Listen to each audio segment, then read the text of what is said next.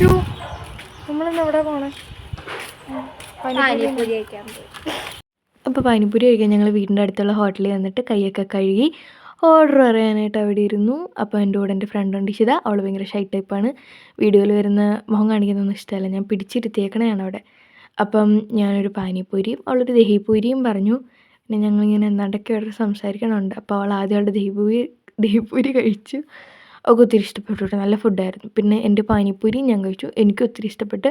എനിക്ക് പൊതുവേ ഈ പാനിപ്പൂരി സാധനങ്ങളൊക്കെ ഭയങ്കര ഇഷ്ടമാണ്. അപ്പം അടിപൊളി നല്ല ടേസ്റ്റ് ഉണ്ടായിരുന്നു. പിന്നെ അത് കഴിഞ്ഞിട്ട് ഞാൻ നൈസായിട്ട് അവളുടെ ദഹിപൂരി ഒരറ്റത്തൂന്നിങ്ങനെ ആ തൈരെല്ലാം ഇങ്ങനെ തിന്നാൻ തുടങ്ങി. പിന്നെ അവൾക്ക് ഫോണൊക്കെ വന്നു. ഞാനും കുറച്ച് നേരം സംസാരിച്ചു. പിന്നെ അത്രയേ ഉള്ളൂ. ശരിക്കും പറഞ്ഞാൽ ഒരു കുട്ടി പാനിപ്പൂരി ഡേറ്റ് എന്നൊക്കെ ഇതിനെ പറയാൻ പാടുണ്ടോയെന്നൊന്നും എനിക്കറിയില്ല. ഒരു പ്രത്യേകിച്ചൊരു കാരണം ഇല്ലാത്തൊരു വീഡിയോ. അപ്പോൾ അത്രയേ ഉള്ളൂ. ബൈ.